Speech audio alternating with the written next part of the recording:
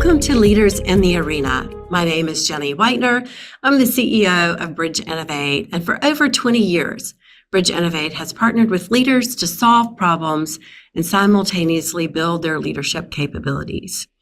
This series, Leaders in the Arena, is designed to share valuable insights and lessons from our clients and our network. We're founded back in 2003 with over 20 years of experience in consulting services, learning programs, and our new offering, Future Lab Design Sprints. We also have a great studio here in Chattanooga, Tennessee area. If you're here, we'd love to see you.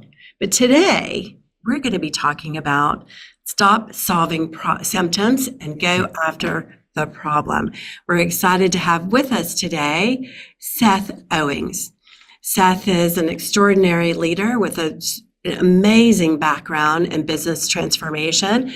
Actually, you wouldn't find someone with so much experience with major corporations across the globe. His background in leading innovation and major transformation comes from big corporates like NCR Corporation, Moxie, and Telenet, and Home Depot. We're really excited that he's here with us today to talk about not going after the symptoms, but really directly crafting an approach to go after the problem. So welcome, Seth.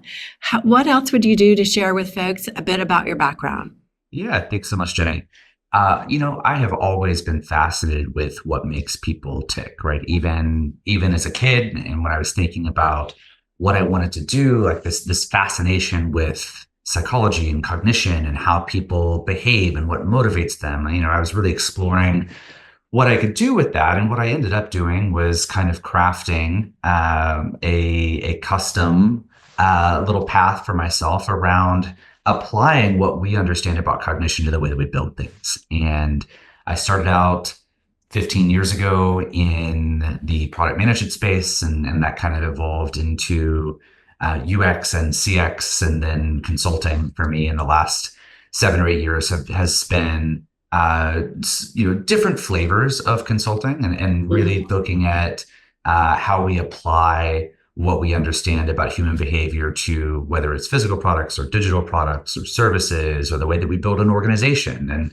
I feel like I'm really impassioned by this process of digging into what drives behavior and then how do we think about building around it. So that's what that's the stake I've thrust in the ground for myself, and everything that I look at or everything that we're going to talk about is on some level for me rooted in cognition and human behavior.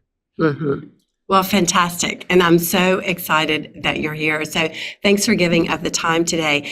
Just as we get started talking about this concept of going after the real problem and stop solving symptoms, I want to invite our participants who are joining us today live on this webinar. If they have questions throughout today's program, please feel free to post them in the chat, and Seth and I will do our very best to cover those either throughout the program or at the end. And also take a moment to introduce yourself, right, to the other colleagues who might be joining us today to really jump in to this topic around going after the real problem, not the symptoms. So let's start at the beginning, Seth. How do you decide what problems to go after? Yeah, so I often joke that most problems are just 3 symptoms in a trench coat kind of masquerading as the true problem. And it's rarely the case that what is being brought to us, whether as an individual within an organization or if we're talking about, what clients bring to you or us as firms, the problem is very likely the symptom that most impacts the person in power, right? And I think that my job becomes two kind of conflicting things right off the bat. And one of them is to go slow enough to figure out what's really going on. And the other is to move fast enough to be able to deliver value quickly, right? And there's this whole concept of dialectics in the way that I approach work. And like you can have these two opposing ideas and they can both be true at the same time. And we've got to figure out how to split our attention or our effort around doing that. And when I talk about going slow, I don't mean like drag your feet or push back on the problem necessarily. But when we think about how to structure the work, it's really important to me that we are building in time for whatever you want to call it, discovery, data collection, analysis, like whatever that activity is or needs to be. And in my experience, most organizations, and especially from top-down leadership, there's discovery can be a four-letter word in a lot of organizations, and it feels like a waste, or it feels like you're just ruminating on the problem and not going anywhere with it. So sometimes it's a trick to figure out how to navigate getting that built into the work. But at the same time, what I'm also trying to do is identify as quickly as I can what's some of the low hanging fruit. And specifically, low hanging in this context for me is these are the least connected things, right? When I'm a systems thinker. So when I look at this problem and say, okay, well, we can't really look at it in isolation because there's this thing that happens before and there's five things that happen after, and it's all kind of this interconnected web.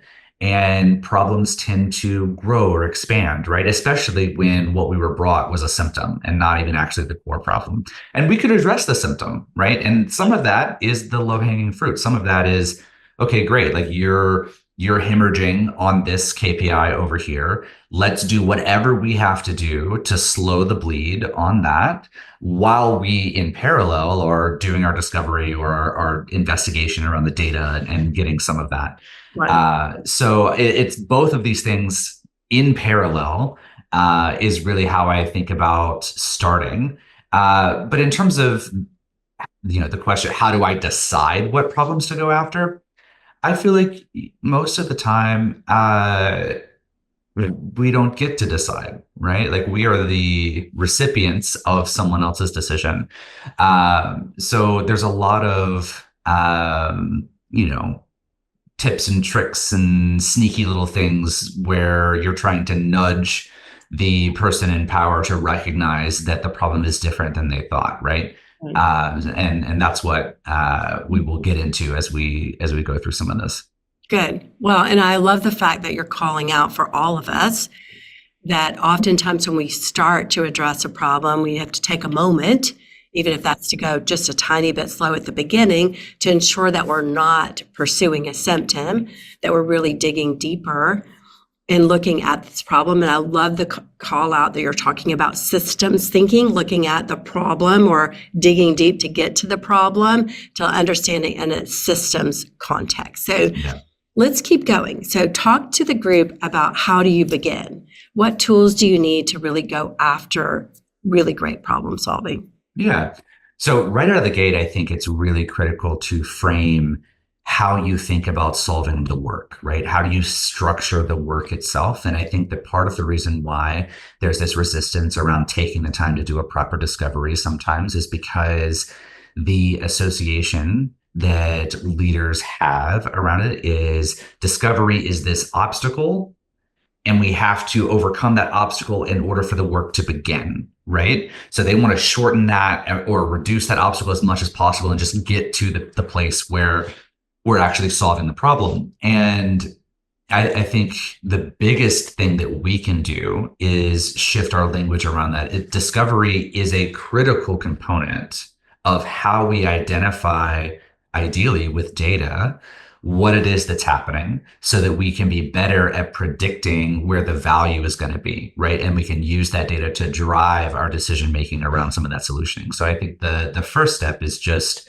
reframing how we think about the work. It's like, no, we are starting the work immediately. And a critical component of the work to get to the solution is these very specific investigative activities, right? Right. I mean, you talk about discovery, how critical that first phase is. And in your opening, you talked about sometimes you're handed a problem. Yeah. And I know that you and I share this perspective, but often through discovery and getting more inspiration or more data, more enlightenment, you can help the person in power begin to see that the problem needs to be reframed that you were given. So it's really an enabler to get more clear about what the real problem is. It's critical. If you don't start there, you know, any path will get you to some solution, but it may not be the right solution. Yeah. Absolutely. I think one of the pitfalls is people think about discovery, maybe not consciously, but subconsciously they're thinking about, I need to have perfect information in order to proceed. And that's not at all what I'm talking about.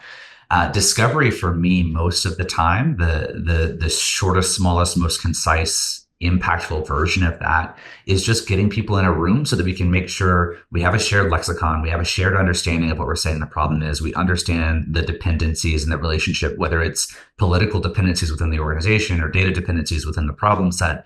And so I'm heavily biased towards getting people in a room, and what I'm trying to do in that moment is no one's responsible for walking out of that room with data, right? We need to, in that room together, get buy-in around what do we think the problem is? Where do we need to focus? And then who has the keys, right? Who are the critical people within the organization that have the ability to unlock things for us, whether it's data or access or nuance, right? So I think from where do I begin from a framework standpoint, we want to get that buy-in, right? And I want to make sure that everyone in the room feels like their voice is represented in some way, right? And this doesn't have to be an in-person workshop. It could be remote, but it's still, I think, a very valuable first step is we're all in the room together. This is not something that I think can be done over email or through sharing documents back and forth. I'll tell 90% of the time when I walk into some type of discovery or kickoff type session, one of the first things we find out is what you meant by this is different than what I thought you meant, or what somebody else in the room thought you meant, right? We're using some of the same words, but we mean different things by them, right? So being able to build that shared lexicon before we get started, I think is the most important. And then just moving into a collaborative, shared understanding of, okay, this is how we're going to approach it, and then this is what we're going to do. And a lot of times what I'm walking out of these discovery sessions with is, here are all of the questions that we have about this thing, and also here are the people who we think might be able to answer those questions for us, right? And then now we can go and move much quicker at getting some of what we need to be able to figure out what the right solution is. So what I'm hearing you talk about is the importance of collaboration, getting, the right people in the room. I'm hearing you talk about using tools for critical thinking, working together on that critical thinking and beginning with discovery. So that is a big part of what I'm hearing you give us as guidance. Let's go on further and tell me a little bit more about the signs that you've got to see that you're really now at the real issue, the real problem versus a symptom. What do you look for? Yeah. So I think when we talk about what are the signs, the word I might use is heuristics. Like, what are the rules of thumbs, or the things like, if you see this, this is likely what it means. And I think that the best heuristics for this isn't actually a problem. The problem statement is too simple. There's very little data driving where we're focusing, or the problem statement is too prescriptive. So prescriptive in terms of how we're supposed to solve it, right? Those are my biggest 3 red flags for this. And if I see those red flags, I am immediately going to be skeptical that we have the right problem, or that we're actually looking at the root of whatever it is. You asked about tools a second ago. There's a couple things that I feel like are really helpful for me and how I think about this. Systems thinking, design thinking, like, these are great conceptual models for how I might approach some of the work, right? Or how I might start to sift through the signal from the noise. And there's a lot of chatter around, design thinking is outdated, or it doesn't work, or whatever. And I said, well, I think the mistake as it got popular was people thought that it was something I could pull off of a shelf and just implement as is.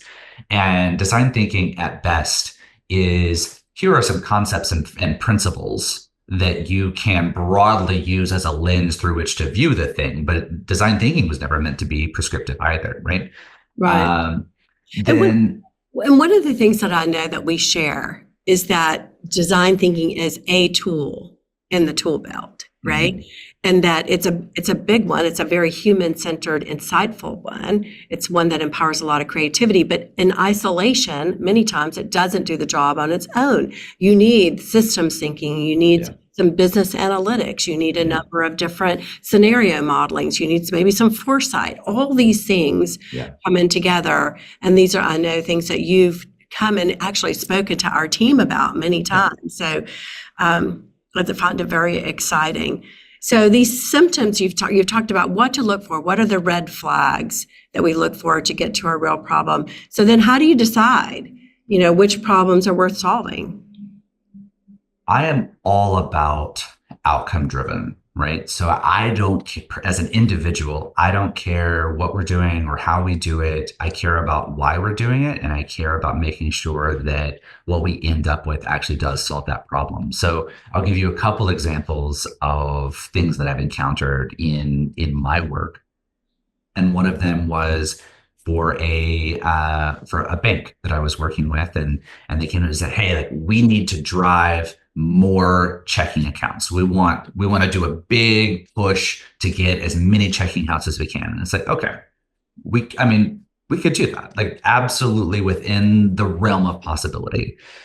But why?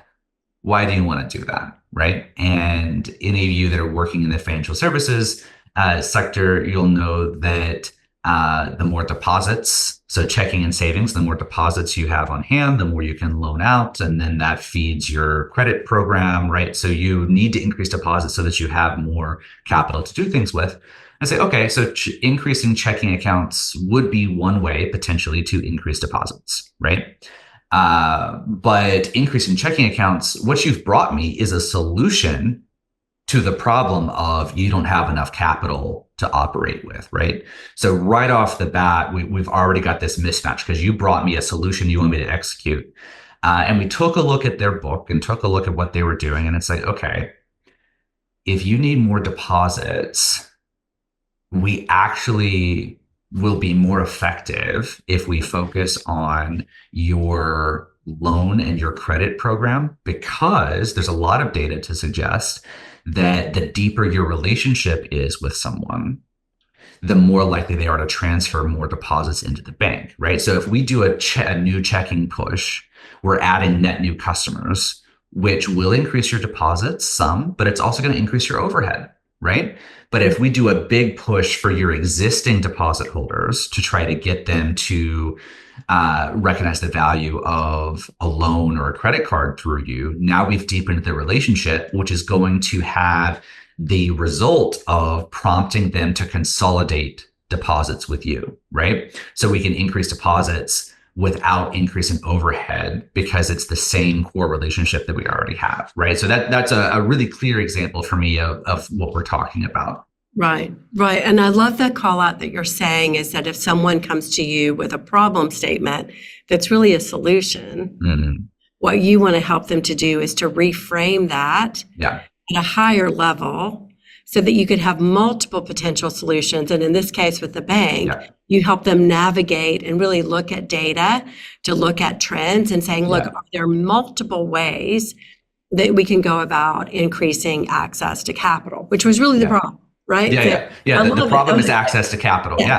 So that shows us another red flag. If somebody comes to you with a problem that's got the solution baked in, maybe we need to reframe that to a higher level. So how do you push back without getting people defensive when they come to you with these baked in solutions? My favorite way to do this is to provide a menu, right? And this is where having access to data is really, really important. We don't always have access to perfect data, and that sometimes means that we have to take an educated guess, and we can cite our sources on how we got to that number, right? But it doesn't have to be perfect. And oftentimes our clients or our, corporations that we're working for may not even have access to the data that you need for this. So, but when I talk about a menu, what I'm thinking is, all right, you said you wanted this. We could do that. We'll call that option one. We believe option one will yield this many net new deposits, this many net new customers. And we've already done some math to figure out that net new customers cost X in terms of your overhead, right? So then now we're not looking, it's the difference between looking at revenue versus profit, right? If Mhm. we're trying to increase revenue, but our costs also increase, right, then it's not actually as big of a benefit as we think. And that's what we're trying to do with this menu is like, okay, here's option one. Here's what we think it's going to yield. Here's what we think it's going to cost, right? And then option two, instead of touching checking and savings and doing a net new customer deposit push, we could sweeten the deal for loans and credit. And here's the math for that. We think that it'll yield this and this and this. And we think that the relative cost per dollar is going to be less because it's a lot of our existing customers and not net new customers. And when you come back to them with this menu, one, you've included what they've asked for, right? Like here is the option that you asked for. While we were there, we, took the extra step to try to explore a second option that might be valuable to you. So we're presenting that as well. And then what you're doing is you're empowering them to own the solution. It's not nearly, I'm not telling you that you're wrong. I'm not telling you that I won't do it. I'm saying, here's the suite of options that we've uncovered now that we've looked at some of the things. Now you tell me which one you want to focus on. And sometimes they come back and they say, nope, I still want you to do the first thing. It's like, okay. Like I've done my due diligence. I'm not going to argue with you about what, it's your business, not mine. I'm here to help you. Right. But I like the menu as a vehicle for laying those out. But it is really important for me that menu includes a data-driven lens, right? We're using data to really spell out where we think the impact is going to be. Right. I love it. I think, oftentimes we trap ourselves. We're given a problem, and then we go through the early stages you were talking about, making sure we're not going after a symptom. We go through discovery, all those types of things. And then when we get to the solutioning, I think many of us just divert to just taking one in, right? And I love the concept that go for the menu. Present multiple options, the rationale, the pros and cons, or the impact for each of the options. And then that's engaging, what you're sharing is that's engaging the sponsor or the senior leader in the decisioning process and getting ownership and buy-in. Because the next stage is going to take money. The next stage of solving that problem is going to take resources. And so now they have some skin in the game and they've helped to sort through. And also, when you come up with that menu, and I've seen you do this in your talks with us, when you go through the menu on that, sometimes you'll find components of multiple solutions that really might ignite yet another solution when you go through that discussion. So I think the big takeaway that I'm hearing from you here is that if you're leading the problem-solving session, don't go in with one. Certainly don't limit yourself to what they've asked for. Right. I think that is a huge, huge problem for me as a consultant, because a lot of times the sponsor is so close to it that they haven't considered some of the broader implications. And Disney's innovation group has they use a term called a naive expert, right? They'll take someone who doesn't have the deep subject matter expertise in whatever that vertical is, but they have their own expertise from something else, right? And they'll bring that naive expert into the room to work with subject matter experts on whatever they're doing.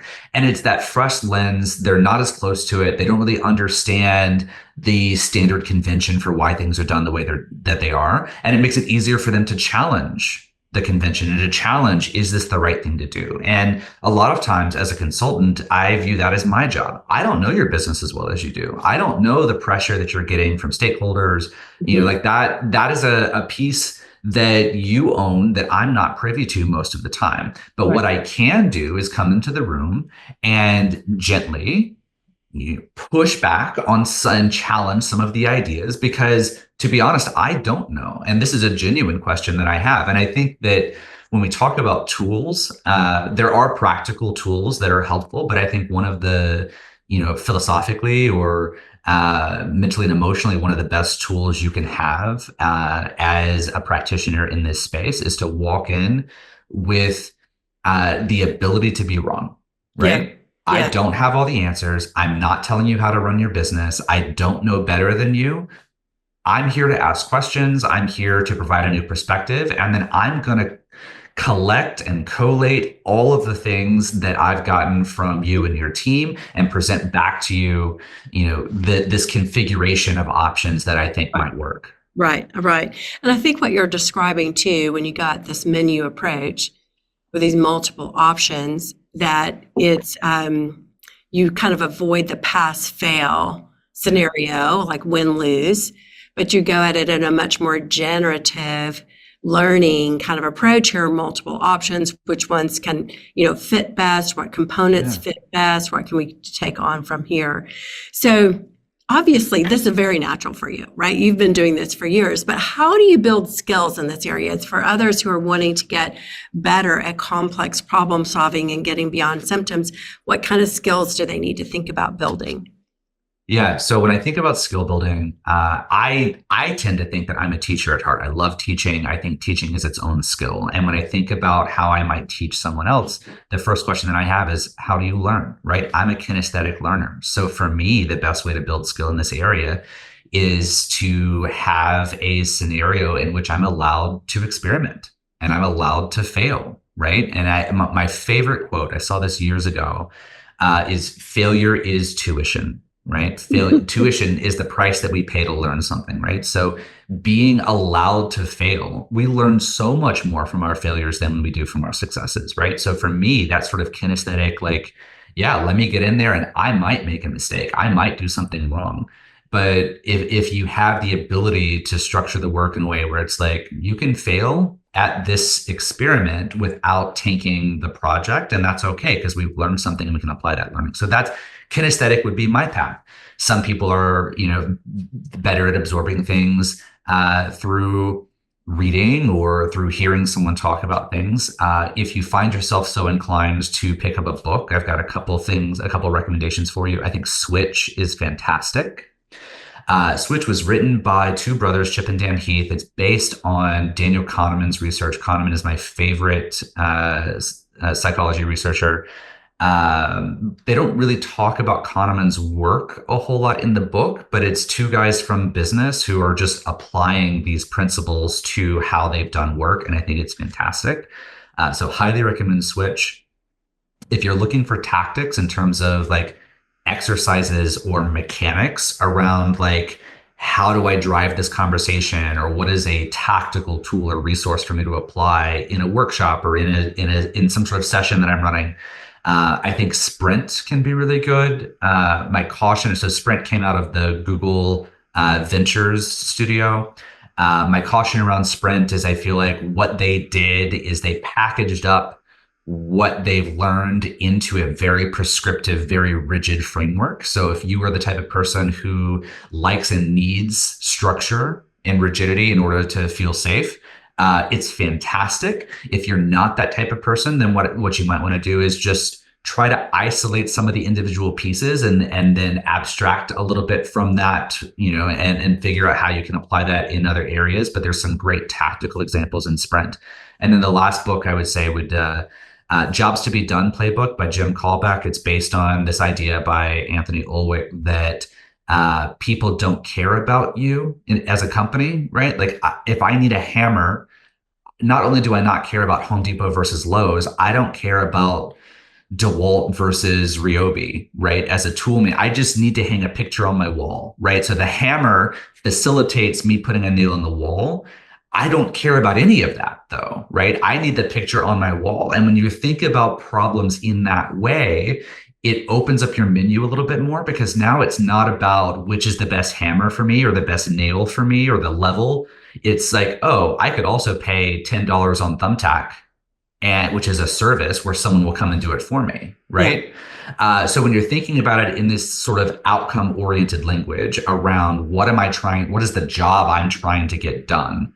The job in this case is hanging the picture, right? And how I do that, it could be in a number of ways, and it doesn't require that I buy the tool and do it myself. And I think that framing really does shift a lot of how you think about solving problems when you're looking at it through that lens.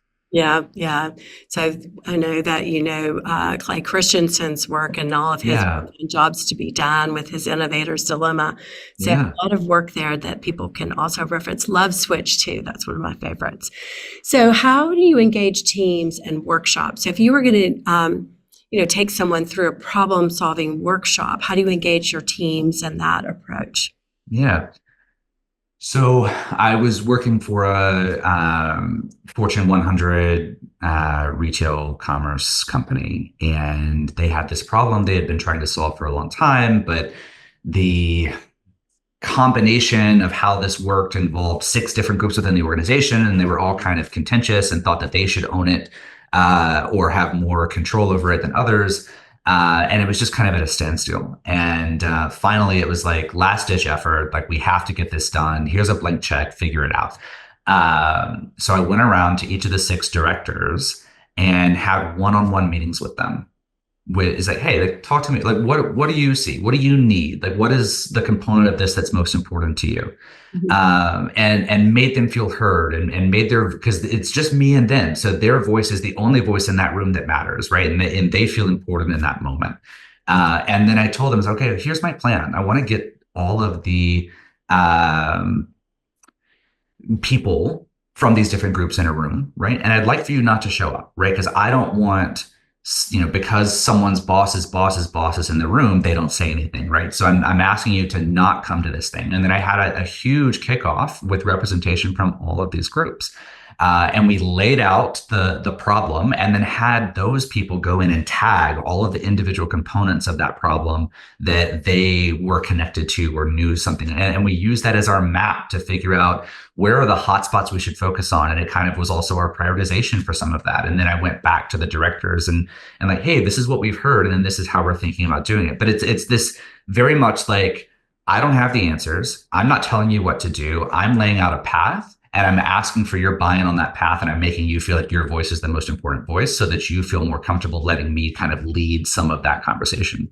Right. Well, and I love the fact how you described that you got all the major stakeholder teams involved.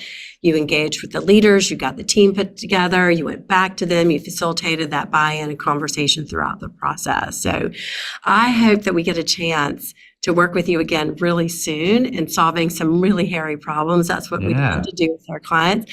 Thank you so much for sharing today your perspective on solving real problems, not just the symptoms. And I love the tips and the tricks that you gave us today. So thank you so much for your time. Thank you. And I know that others can, don't have time for questions today, but I know that others who want to reach out to you can find you on LinkedIn, Yes. Seth Owings. So please do reach out to Seth. I know that he'd welcome an opportunity to chat with you. We've got more coming up on Leaders in the Arena. We have a guest coming in from the Red Cross talking about mobilizing in crisis. We've got our course, Foundations of AI and Design Thinking, coming up.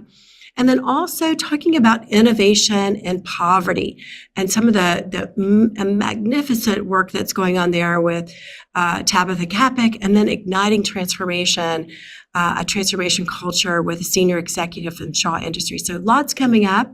I hope to see all of you again soon on Leaders in the Arena. Thank you, Seth.